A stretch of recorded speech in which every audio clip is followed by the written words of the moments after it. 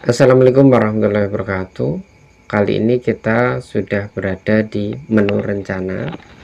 Kalau menu prestasi kita sampaikan tidak wajib, aset harus diisi. Deskripsi untuk rumah juga sudah kita jelaskan, ekonomi juga sudah jelas, kemudian keluarga juga kita jelaskan, biodata juga sudah ada panduannya.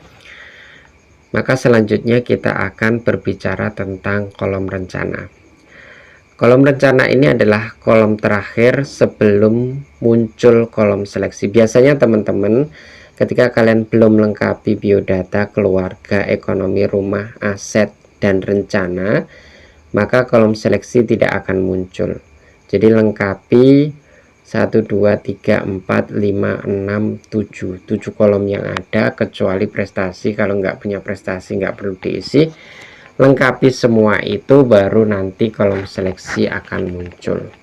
Tetapi kolom seleksi meskipun muncul, sejauh ini kalian masih belum akan bisa pilih seleksi karena jadwal pilih seleksinya sudah diatur sedemikian rupa sebagaimana jadwal yang tertera di websitenya Kip Kuliah. Sebelum jauh membahas kolom seleksi, kita berbicara dulu kolom rencana. Jadi ada beberapa data dalam kolom rencana yang perlu kalian isi. Kolom rencana ini adalah kolom dimana nanti ketika kalian kuliah, kalian rencananya tempat tinggalnya seperti apa, apakah nanti ada dukungan keluarga, kemudian transportasinya seperti apa, kemudian transportasi harian dan biaya transportasinya seperti apa. Kalau kita berbicara rencana tinggal, tentu ya disesuaikanlah kalian ngekos atau mungkin ada keluarga, kemudian apakah pesantren ataukah masih belum ada bayangan. Kalau belum ada bayangan ya berarti belum ada. Kemudian dukungan keluarga ini artinya ketika kuliah nanti apakah keluarga setuju. Kalau setuju ya diisi iya, kalau tidak setuju ya isi tidak. Biasanya sih diisi iya ya, karena kebanyakan teman-teman yang kuliah itu pasti didukung keluarga. Kalau cuman ngandalin uang kip kuliah saja kadang juga keteteran, karena pencairan uang bantuan biaya hidup kip kuliah itu umumnya telatnya agak lama, 1 bulan 2 bulan. Kemudian ada transportasi asal. Transportasi asal ini adalah transportasi dari rumah asal kamu ke kampus itu pakai apa. Jadi kalau kalian luar pulau misalnya kuliahnya di Sumatera, kalian tinggalnya misalnya di Jakarta, maka kalau kalian nanti kira-kira naik pesawat ya tulis pesawat terbang. Tetapi ketika dari bandara masih harus pakai bis, maka pilih pesawat terbang dan jalur darat. Kalau misalnya kalian dari Jakarta kemudian kuliah di Sumatera itu naik kapal laut, ya pilih kapal laut. Dan kalau dari pelabuhan ke kampusnya harus pakai motor misalnya, ya kapal laut dan jalur darat. Jadi disesuaikan saja untuk transportasi asal. Kemudian transportasi harian, rencana kalian dari tempat tinggal itu nanti naiknya jalur darat atau sepeda motor. Misalnya ginilah, transportasi harian ini dari tempat kos kalian ke kampus itu kira-kira nanti kalian jalan kaki, pakai sepeda atau pakai sepeda motor.